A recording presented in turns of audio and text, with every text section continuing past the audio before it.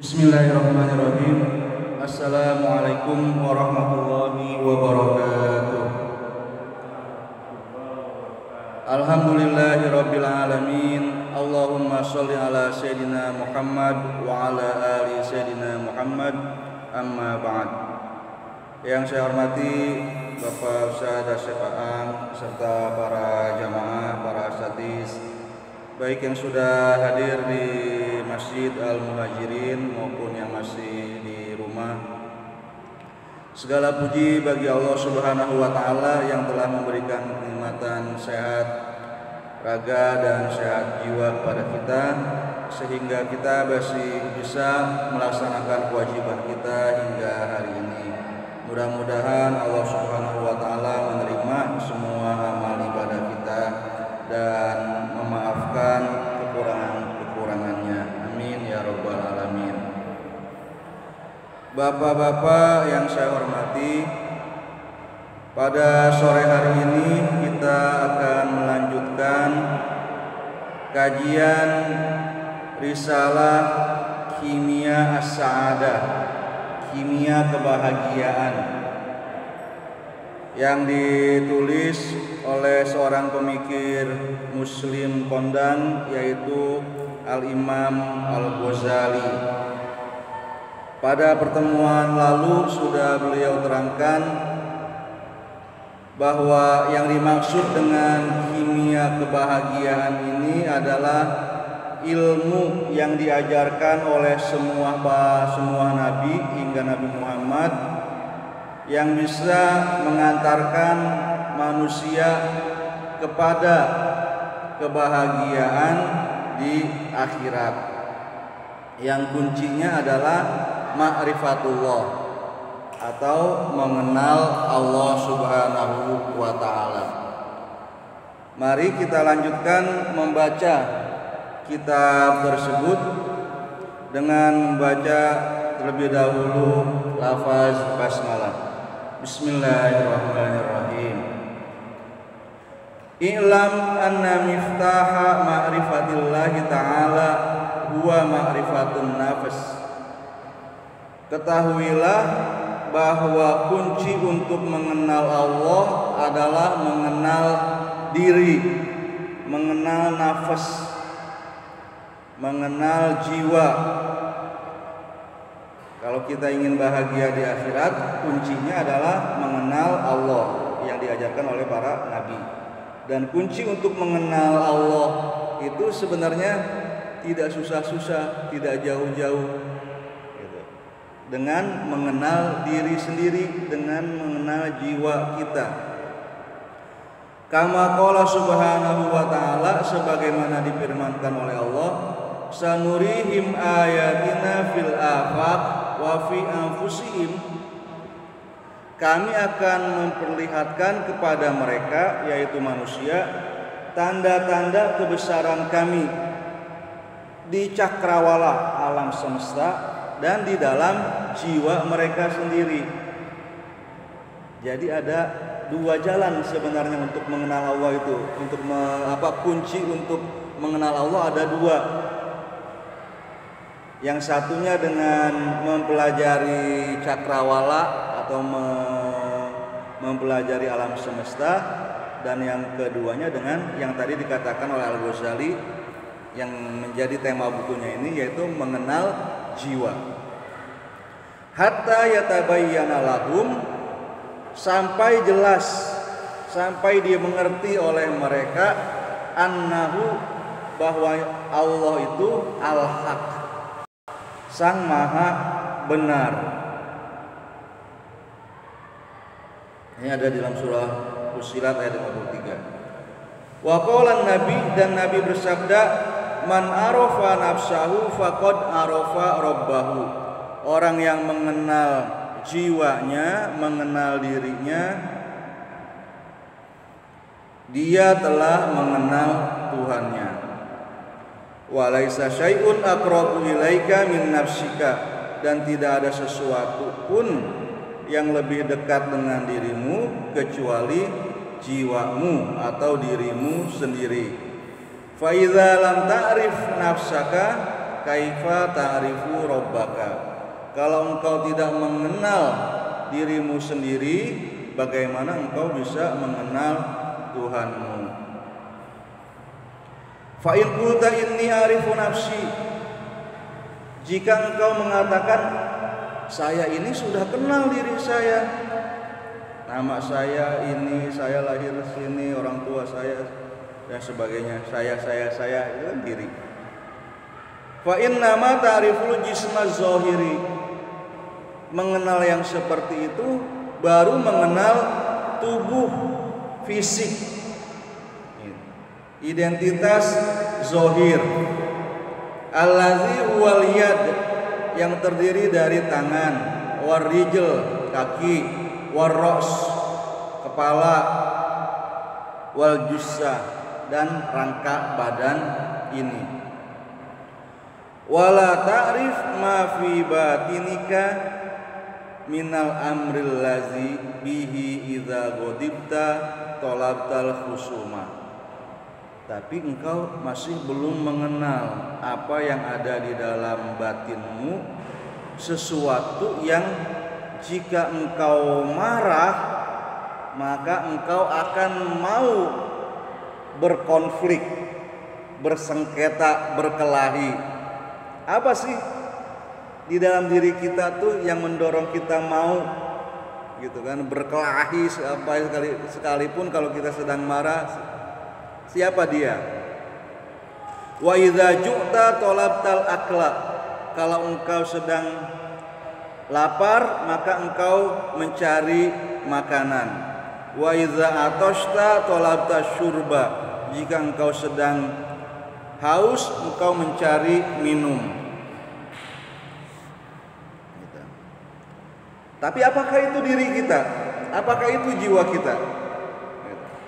Kata Al-Ghazali, wadawab tusyarikuka fi hadhil umur, binatang-binatang juga sama dengan dirimu dalam perkara-perkara tadi. Kalau binatang dibikin marah, ya dia mau gitu kan berkelahi, lapar cari makan, haus cari minum. Fal wajib alaika an ta'rifa nafsaka bil haqiqah. Jadi kamu harus menggali lebih dalam lagi ke dalam jiwamu supaya engkau mengenal dirimu hakikatnya, sejatinya gitu, yang sesungguhnya, yang sebenarnya itu apa. Hatta tadri ayya syai'in anta, sampai engkau tahu apa sesungguhnya dirimu itu. Wa min aina ji'ta ila hazal makan, dari mana engkau datang sehingga engkau sampai ke tempat ini, ke bumi ini, alam semesta ini. Wali ayyi syai'in khuliqta, untuk apa tujuan dari penciptaanmu. Wa bi ayyi syai'in sa'adatuka, apa yang menjadi kebahagiaanmu. Wa bi ayyi syai'in syaqawatuka, dan dengan apa engkau sengsara menderita. Kalau kita mengenali jiwa cuma sampai langkah tadi yang serupa dengan binatang, ya sudah jelas jawabannya. Kalau kita menang berkonflik, kita senang. Lapar kita mendapatkan makanan, kita senang. Tapi kata Al-Ghazali kan bukan sekedar itu. Selanjutnya Al-Ghazali mengatakan, wa qad jumi'at fi batinika sifatun, ada banyak sifat yang terhimpun di dalam batinmu. Minha sifatul bahaim, di antaranya adalah sifat-sifat binatang seperti tadi. Wa minha sifatus siba, ada juga sifat binatang-binatang buas. Wa minha sifatul malaika, ada juga sifat-sifat malaikat. Nah ini dia, malaikat itu seringkali kita bayangkan menjadi makhluk Allah yang lebih suci, yang lebih mulia dari diri kita sendiri, dari manusia. Benarkah seperti itu? Farruh hakikatu jauharika. Ruh adalah hakikat dari dirimu. Wa ghairuha gharibun minka. Selain ruh itu bukan dirimu, tapi sesuatu yang asing dari dirimu. Kalau ada tiang seperti ini, hakikatnya tiang itu ya misalnya dia gabungan dari pasir, semen, batu-batu, besi. Di luarnya ada cat, gitu kan, yang menempel ke pilar ini. Selain pilar ada debu, ada yang lain-lainnya. Nah, ruhnya itu adalah gabungan dari yang membuat dia tadi, si semen, batu, pasir dan besi. Cat-cat yang menempelnya dia yang bisa berganti, yang bisa berwarna-warni itu adalah sesuatu yang asing dari dirinya. Wa ariyatun indaka, dan itu hanya dipinjamkan saja, sementara saja bagi dirimu. Fal wajib alaika an ta'rifa haza, maka wajib bagi dirimu untuk mengenal hal ini. Wa ta'rifu anna likulli wahidin min haula iza wa sa'ada, dan mengetahui bahwa segala sesuatu dari sifat-sifat tadi, sifat binatang ternak, binatang buas dan malaikat, masing-masing punya giza wa sa'ada, punya makanan dan kebahagiaannya sendiri. Fa inna sa'adatal bahaim fil akli wa syurbi wan naumi wan nikah. Bahagianya binatang ternak itu kalau dia terpenuhi makanan, minuman, tidur dan nikahnya. Fa in kunta ma'a minhum, kalau engkau merasa cukup puas, punya jiwanya yang sama hanya dengan jiwa binatang ternak itu,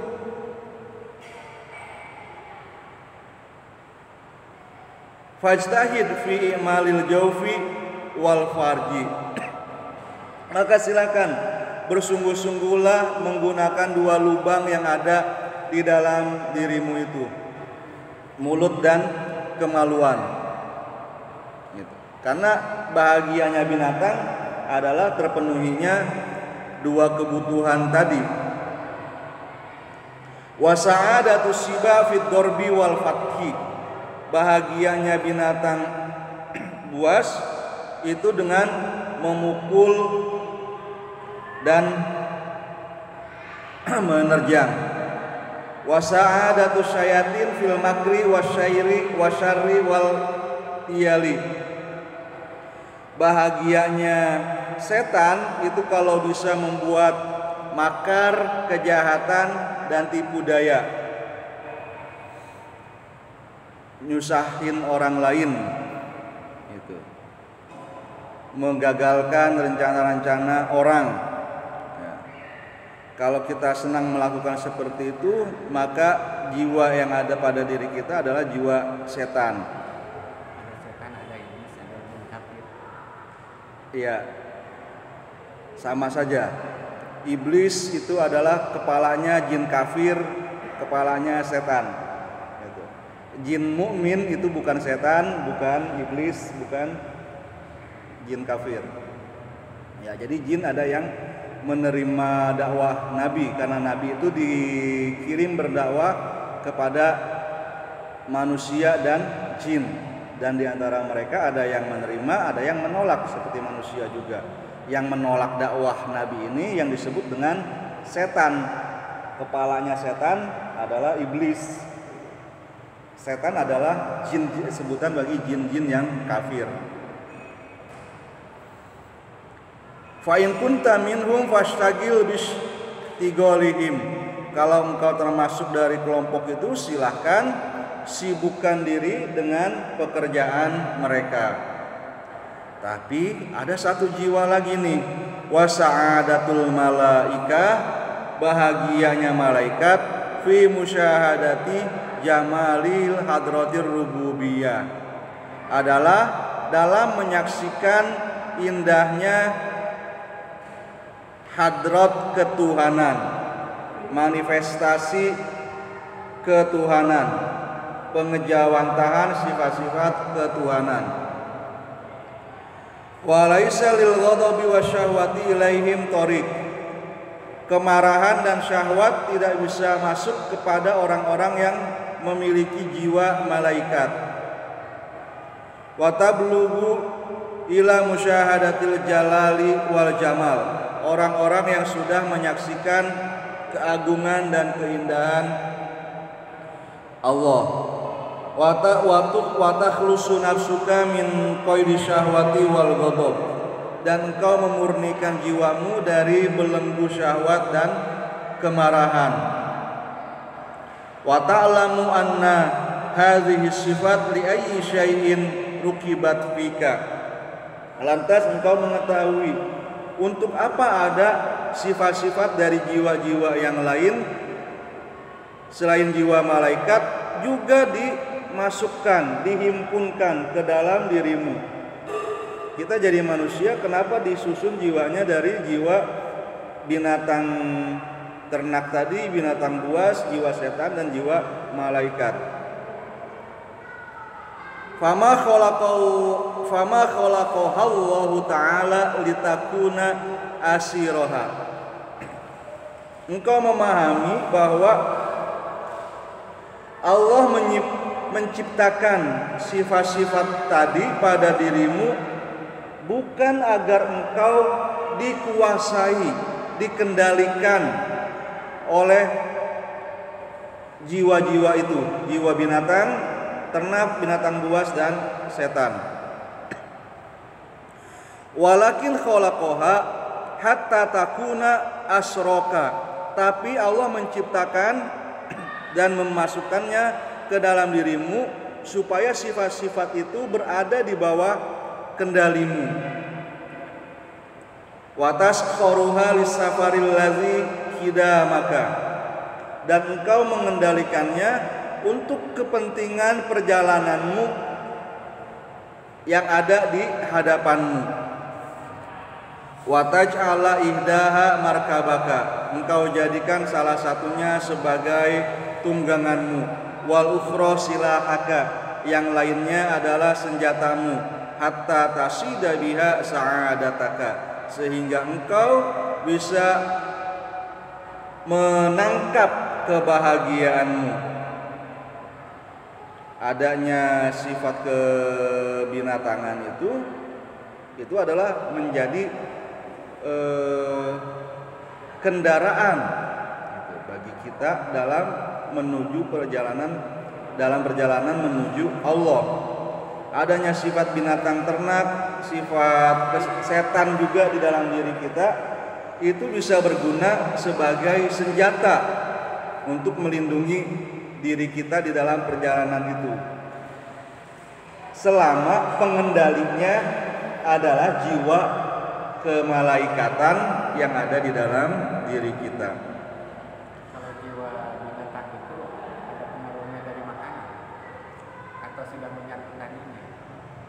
Semuanya sudah ada saat tercipta, gitu ya.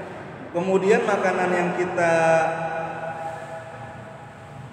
konsumsi gitu ya sehari-hari itu membantu dia dari yang sifatnya potensial menjadi aktual.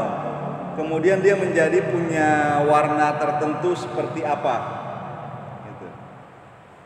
Misalnya suami istri itu kan makin lama katanya makin mirip gitu ya, mulai dari wajahnya, cara bicaranya, cara perilakunya juga. Itu kenapa? Ya karena pengaruh makanan juga. Jadi betul itu dipengaruhi oleh makanan, karena makanannya sama, minumannya sama, gitu kan. Ya kalau ngomong juga bercermin gitu ya, seperti ke wajah pasangan kita. Maka lama kelamaan kita juga bakal semakin mirip gitu. Dilihat oleh orang lain seperti itu. Dari kemudian orang tua dengan anaknya punya sifat yang sama, itu karena dipengaruhi konsumsi makanan mereka yang sama. Tapi itu bukan satu-satunya faktor pendidikan. Nah, di sini udah menjadi sangat luas. Apa yang dibaca oleh orang tua bakal sangat berbeda dengan yang dibaca oleh anak. Apa yang dilihat dia pelajari bakal berbeda. Nah, itu akan mempengaruhi jiwa-jiwanya tadi, dari jiwa binatang ternaknya, binatang buasnya, jiwa setannya dan yang lain-lainnya itu. Makanan yang haram. Iya. Kayak jiwa binatang ternak ini atau binatang buas, misalnya nanti dia akan cocok dengan tadi makanan yang haram. Iya, kalau makanan yang halal itu akan menghidupkan jiwa malaikat. Nanti siapa yang kuat di dalam diri kita ini, itu akan menjadi pengendali. Ya, makanan itu yang mensuplainya. Kalau misalnya babi, anjing haram dimakan, kemudian dikonsumsi, ya maka jiwa setannya bakal menjadi kuat. Kalau dia sudah menjadi kuat, dia nggak mau lagi sekedar menjadi senjata di dalam perjalanan kita. Jiwa binatang tadi nggak mau sekedar menjadi tunggangan di dalam perjalanan kita. Dia maunya jadi kusir, maunya jadi pengendali. Makanya supaya dia berada pada posisi yang seperti tadi, gitu, harus dikuasai, harus dikendalikan oleh jiwa malaikat. Salah satunya adalah mengenal syariat. Gitu. Nah, syariat ini yang mengajarkan halal dan haram, diantaranya adalah dalam urusan makanan dan minuman. Halal dan haram ini banyak ya, selain di makanan dan di minuman juga gitu. Ya.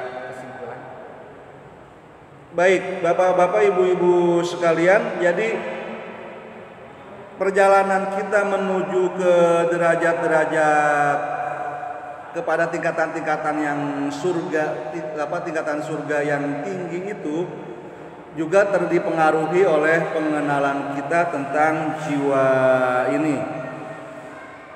Mudah-mudahan Allah Subhanahu wa taala membimbing kita untuk bisa mengenali lapisan-lapisan diri kita, sehingga kita bisa meninggalkan apa yang sekedar kulit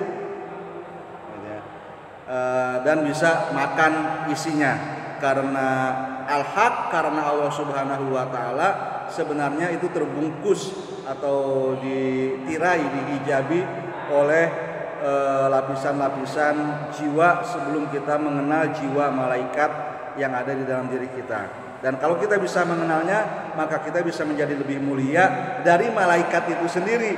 Karena memang malaikat cuma punya jiwa malaikat saja. Kalau dia jadi malaikat, ya jadi wajar. Sementara manusia punya jiwa malaikat, punya jiwa setan juga. Nah, kalau dia jiwa malaikatnya bisa tumbuh, maka itu membuatnya menjadi lebih mulia. Kurang lebihnya saya mohon maaf. Mari kita tutup dengan baca doa. Bismillahirrahmanirrahim. Alhamdulillahirabbil alamin. Allahumma sholli ala sayyidina Muhammad wa ala ali sayyidina Muhammad. Allahumma inna nas'alukal huda wa tuqa wal afafa wal ghina wal amala bima tuhibbu wa tarda. Allahumma taqabbal minna siyamana wa qiyamana wa ruku'ana wa sujudana. Wa tamim tafsiruna bi rahmatika ya arhamar rahimin. Rabbana atina fid dunya hasanah wa fil akhirati hasanah wa qina azabannar. Walhamdulillahirabbil alamin. Hasbunallahu wa ni'mal wakil, ni'mal maula wa ni'man nasir. Assalamualaikum warahmatullahi wabarakatuh.